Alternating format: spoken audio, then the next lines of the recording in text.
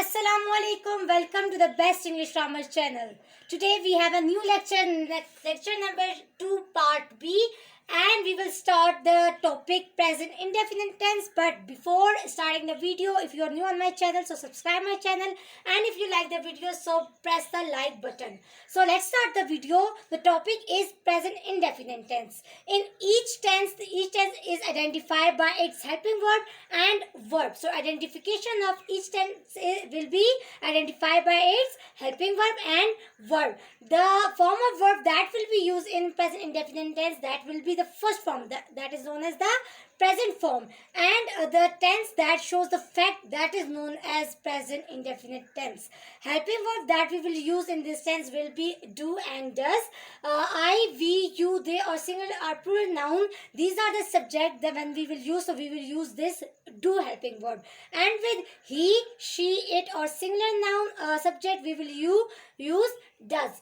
So first of all, we will talk about the simple sentences of present indefinite tense. We will use s and es with verb if the subject will be he, she, it, and or singular noun. How we will know that we will use s or es with the verb?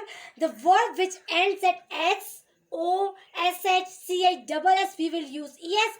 Rest of the word we will use s. But the condition is this: when the subject will be he, she, it or singular noun. If we will use I, we, you, they, we will not add the s or es word with the verb. So the examples of simple sentences of present indefinite tenses are, first of all, let's talk about the structure of it. First of all, the structure is this: subject. First of all, we will use the subject, that will be I, we, you, they, plural noun, or he, she, it or singular noun can be, but at once we will use just one subject, right? The second, we will use add the verb, and the form of verb that we will use, that is the present form of verb or the first form of verb, and then we will add the object, and this is basically the simple or assertive sentence, so we will use at the end full stop. Examples are this: she writes a letter. She is the subject, write is the first form of the verb according to the structure, but here I add s. Why I add the s?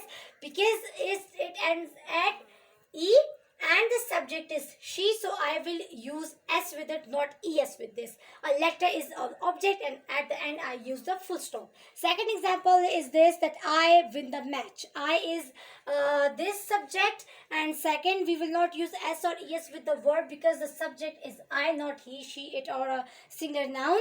The match is basically object, and at the end I use the full stop. You play well. You is the subject, play is the verb, and well we will use as a predicate because object is not there. And we will not use s or es with this because the subject is you, not he, she, it or a single noun. The fourth example is they get thick candies from the shop. So we will not use s or es with this because the subject is they. It rains. It is the subject, and rain is basically a verb. So we will use s with this because it ends at n, not x, o, s, h, c, h, double s. If it ends at x, o, c, h, s, h or double s, then we will use es. The example is she goes. For example, I write that she go. So this is the wrong sentence because first form is used. This is the identification of present indefinite tense, and no helping verb is used. So we will say that this is the present indefinite tense, but we will use es because the verb ends at o. We will use es. So this is the correct sentence. This was the today's lecture. Inshallah, in next lecture number 3, we will discuss about the negative and interrogative sentences of present indefinite tense. Thank you so much for watching my video.